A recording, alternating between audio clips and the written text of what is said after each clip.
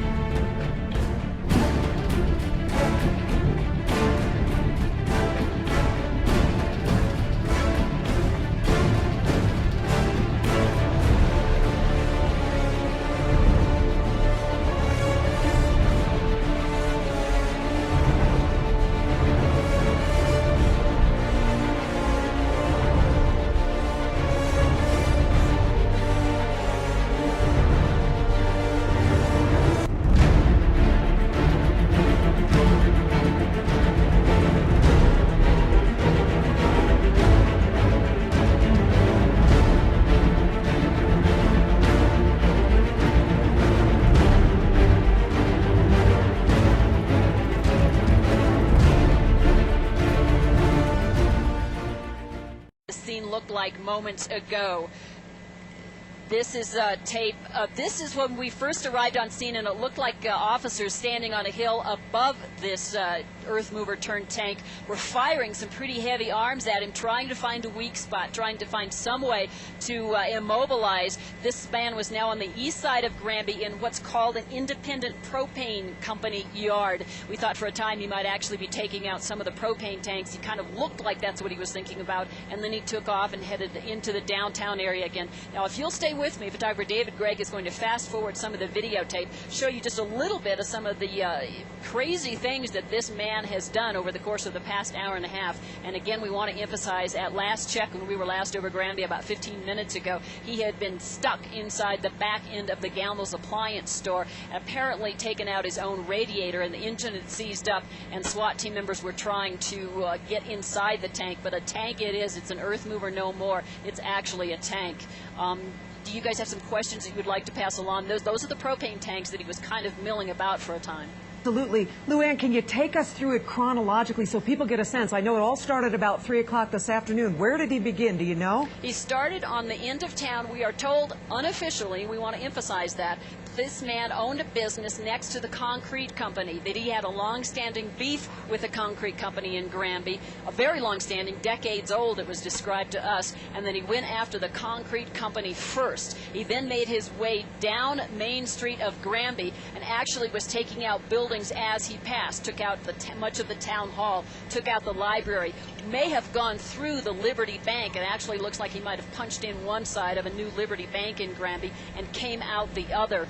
This was, these pictures were taken, again, this is fast forward, but these pictures were taken at about 4 o'clock or so. This would have been about an hour into the rampage. And you can see the armor plate on the side of that. It didn't seem to matter what police officers did with the rifles and such, and they could not pierce it. This was an earth scraper they moved in to try to do some combat, to try to in some way immobilize the scraper. Almost got to where he was turning it over at that point there, but the scraper is just no match for the cat there, the Caterpillar turned tank.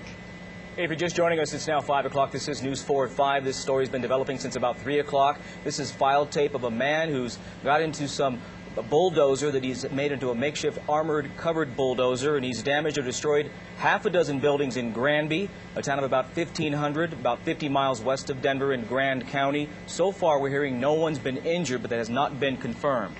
Luann, let's go back to you, please. Tell me, you talked about this a little bit earlier, but you look at that vehicle, you can't see anybody in there. Did you ever get a look at the person who's inside? We never did, and I think that because he geared this up, outfitted it to act like a tank, that he has a very tiny kind of viewpoint, point of view that he could see out of. We were skeptical when we first arrived on scene that there was any way for him to fire any weapons out of this, and I think that's exactly the case. What you see on top of there is debris, some venting, a whole lot of cinder blocks. He's actually pushing cinder blocks. These are remnants. This is debris from the buildings he's taken out over the course of the past hour or so prior to when these pictures were taken. Now, if you'll stay with us, he has just headed westbound again. This is tape. He has just again headed westbound into the downtown area. Right there, may have taken out a radiator. He doesn't stop for light poles. He doesn't stop for buildings. He takes out the corner of the Copycat store. Again, this is right in downtown Granby. And then the Gamble store next to this became another prime target. He backed up while the radiator's smoking, while he has any power left. He's going to attack that Gamble's appliance store. Many of the stores, the buildings, the offices that we have seen him take out apparently seem to have some rhyme or reason to him, some kind of history, some kind of ongoing gripe that were part of his problem with the city officials and some of the other business owners in Granby. He's going to turn around here and make one last stand and shove that Caterpillar into the Gamble's appliance store.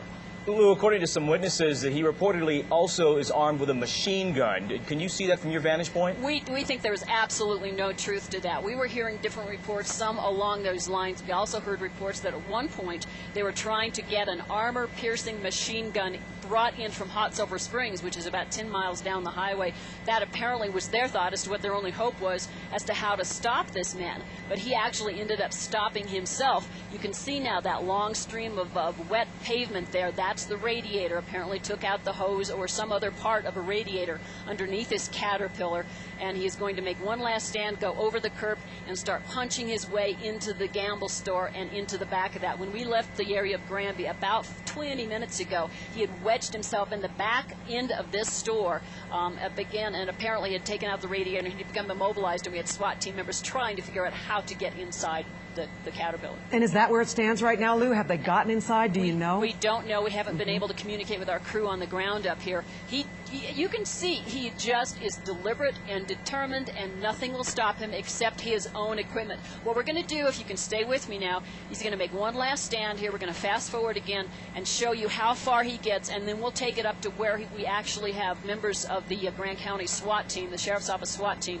standing on top of the Caterpillar, trying to figure out how to get in. I'm sure police officers, sheriff's deputies were themselves assuming for a time that he was armed because they were trying to keep their distance, trying to take cover. Actually took cover, as you can see there, behind the scraper, but they seemed to realize at some point that he was unable to shoot out, and that at this point he was like a turtle on his back. He was very vulnerable. He had gotten himself wedged, he disabled the Caterpillar, and there was no place for him to go. The challenge now was to get him out of there. We don't know how that stands. So the video we're looking at is of that department store you were talking about. Is also, we understand that a hardware store.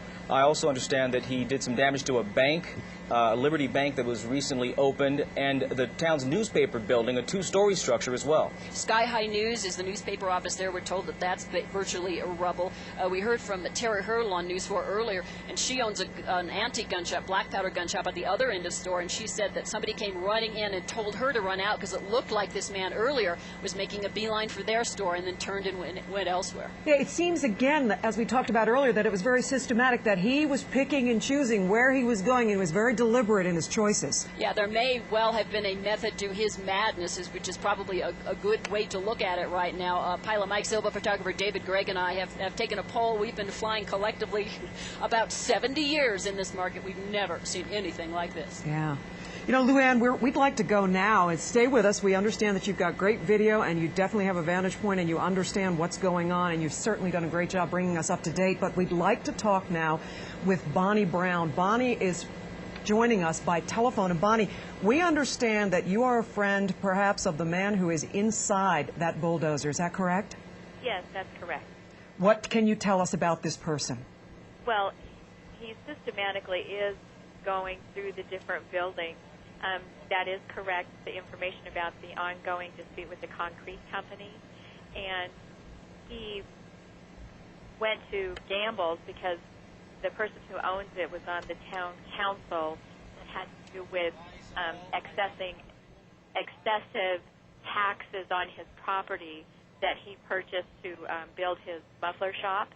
And he talked with me about doing this back in January, and just in a conversation while we were having dinner, and of course I thought that he was just kidding. I had no idea that he would follow through with it and continue. Bonnie, without giving us his name, and please don't, tell us, when you did talk to him, and he was planning this, according to you, did he mention the buildings he was going to hit, the specific buildings? No, he just said that the people that caused him harm, that he was going to... I'm trying to think of how he put it, that he would pay them back Bonnie, for what they had done to him. Take us again through his gripe. I don't quite understand what he was upset about. Well, you know, I wasn't really paying attention because I thought that he was just kidding, and he had mentioned something about that he purchased this land to build his muffler store at a public land auction, and that unbeknownst to him, the man who had owned the property and that was losing it was bidding against him, and he wasn't able to exceed the bid that this person had bid on, so he ended up winning the property. And the man actually had annexed this piece of property under the table with the town of Granby, and that Marv didn't know anything about this, and so he tried to sell the previous owner, the land back, and he didn't have enough money. And so then when Marv was trying to develop this property... Bonnie, let's jump in here. Let's be careful not to say names, because obviously this person is not considered, he's a suspect. He hasn't been identified. Exactly. Yeah. So he's still inside, we understand. Tell me about this vehicle. Did he actually say he was going to take a bulldozer and armor it? Well, he didn't say he was going to armor it. He said, I'm going to take a bulldozer and to the town. And did he say specific buildings, specific businesses? No, because I didn't know the people that were involved. He just said that it was the town council members, and so I'm assuming that he would just be because several other buildings that were taken out had to do all something part to do with this land transaction and the taxes that were levied upon him. And he said that it cost him